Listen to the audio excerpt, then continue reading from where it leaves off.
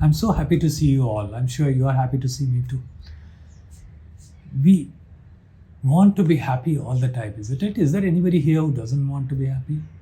I don't think so. So, whatever we do, at the end of it, we want to be happy. But does that mean everything we do works out for us? No, not necessarily. Sometimes some things give us grief, some make us really, really miserable. So that's why people often say this, that better don't go too close to this, or don't go get too involved. Be detached. Detachment will bring you happiness. So, is this true? If detachment can bring us happiness, it is an idea worth exploring. So, let's see how we can do that. First and foremost, before we go and become detached ourselves, we have to ask what we are attached to. It's quite logical. So, what are we generally attached to? Generally, we are attached to our families, our friends, our professions, hobbies, and the list can be hundreds of other things. So, we develop these things in order to become happy, directly or indirectly. Is there anybody here who struck a friendship to become unhappy? No, not at all. So, if we develop these things, if we want to be happy because of these things, do you think it will be possible for us to detach ourselves from this? So, before we dive into this question or the techniques of detachment, we should ask ourselves, is it possible to detach ourselves at all? Scientifically speaking, everything in the world is made of the same things. That is, atoms and subatomic particles and all that. And it's just that the way they are arranged makes us things look different. We learned it in school, right? All of us have learned it. So, for example, I am made of the same material as the chair, and the chair is made of the same things as the screen you're looking at. You look around you, what we breathe out, the trees breathe in, and what we breathe in, the trees have already breathed out. We eat plant life, and what we excrete becomes food for the plants.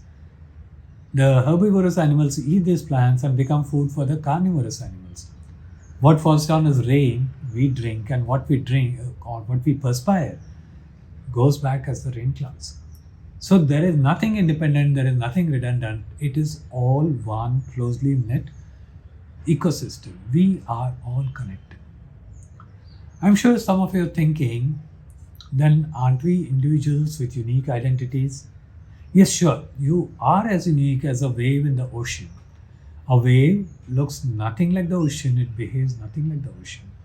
Every wave is different in size, shape, and the way it behaves. But in that way, a wave is an individual. But it is made of the exact same material as the ocean, which is water. There is no ocean without the wave, there is no wave without the ocean. If that is how it works, so what are we going to detach ourselves from? Or is it possible to detach ourselves from this? Or even for an instance, we assume that we could detach ourselves. So what about the our own body, which is such a part and parcel of this ecosystem? Can we detach ourselves from this? Let me ask you, since we are exploring, so let me ask you another question. What are some of the great things that we have achieved as a humanity, as human beings, by being detached? Seriously, nothing. All the great scientists who made those path-breaking discoveries, or the world leaders who showed humanity that shining light, or the Good Samaritan who took the accident victim to the hospital, do you think they were acting in detachment? We need to be involved. So when we achieve something, it makes us happy. So often we get this feeling that if you get involved with something, that it is tying us down, it is becoming too stifling, it is weighing us down, we become unhappy, we feel helpless sometimes. Friends, let me tell you, this has nothing to do with your involvement, it is something more than that. So for example, before you start a relationship, you need to be formally introduced, right? Like, for example, exchange of visiting cards and all. So, what is this visiting card? It is a label put on you to identify you. And this identity can put you in a slot, and it is very difficult to get out of this slot. And if you're famous and if you're popular and you have this been identified with something, it is all the more difficult to come out of it. But if so let's say you're a doctor. So tomorrow you read your name in the paper or in the TV. Doctor so and so discovered this wonder drug for COVID. Do you feel tied down or comforted? When you are in your comfort zone, do you want to get away from this? In fact, you want to be as close to it as possible. So, good thing is when you are involved, when you have identified with something, you feel close to it and your involvement becomes enhanced. And without involvement, there is nothing you can succeed at.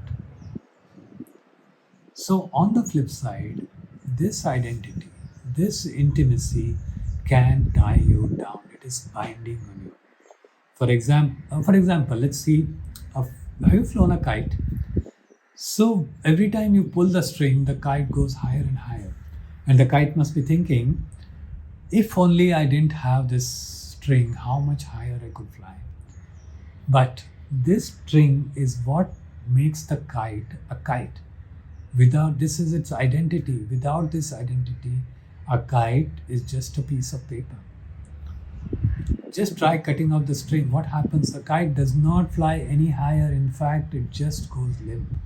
It drifts down to the ground, lifeless. So though the identity is a bondage, without the identity, we don't stand a chance of achieving anything.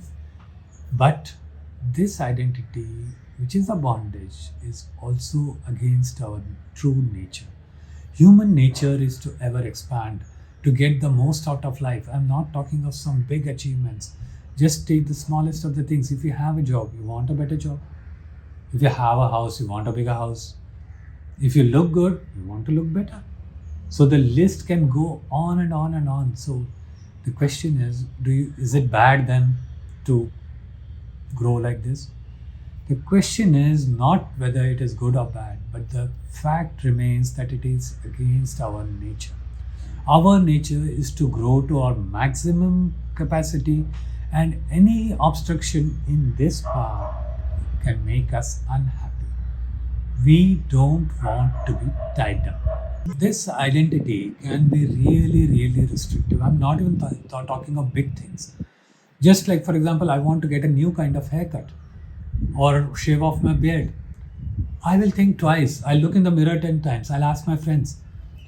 Because I am so grown, so attached to this identity, this looks, this kind of thing, what I have been behaving and the way I am. I don't want to let it off so easily. It is very painful.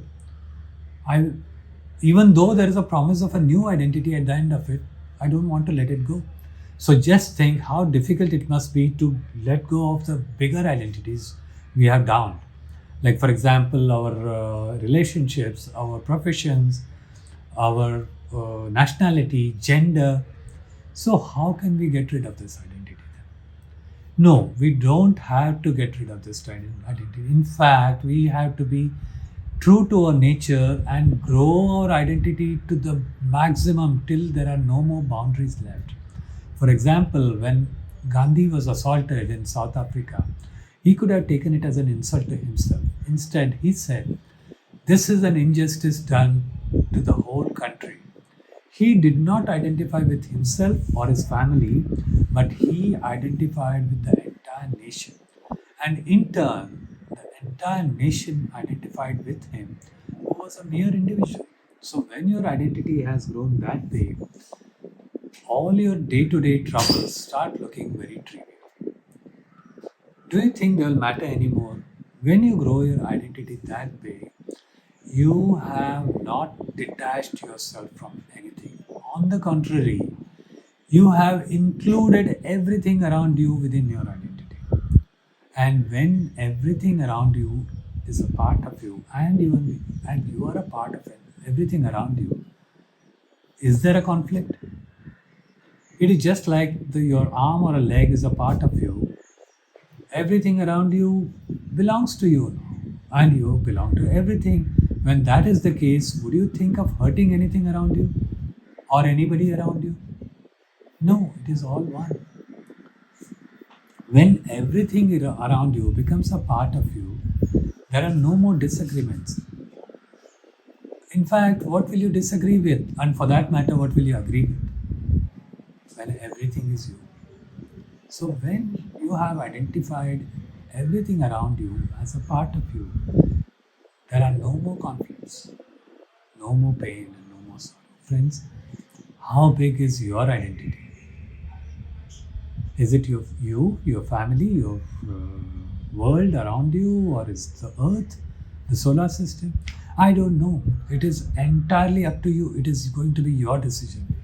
How big you want your identity to be. You can go grow it as big as you want it.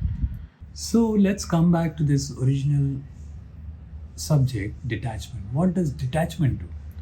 Detachment separates us from the whole. It is fragmenting in nature. For a tiny, tiny, tiny moment, you might feel free, but immediately the loneliness sets in, and once that happens, how long can you carry on? So, how can we grow this identity that big? Let me explain. It is not a physical journey. You don't have to go anywhere and grow anything. We we were, and we are one with the universe. We have just forgotten it. Our mind has played a trick on us in making us believe otherwise, only for survival purpose. We don't have to go anywhere or we don't have to grow anything. We just have to become aware of it. It's always there. And to become aware, the first thing we need to do is brush out the cobwebs of ignorance and prejudice. And remember, this awareness is not the same as information. You can get plenty of information from books. So much information you can get externally from the internet, for example. But awareness comes from within. When every cell in your body, when every thought in your mind starts reverberating to this idea that everything is one, everything belongs to me, I am one with the universe. That is the blissful moment when you say, Aham Brahmasmi. I am the creator and I am the creation. I am one with the universe. There are no more conflicts, no arguments, only bliss.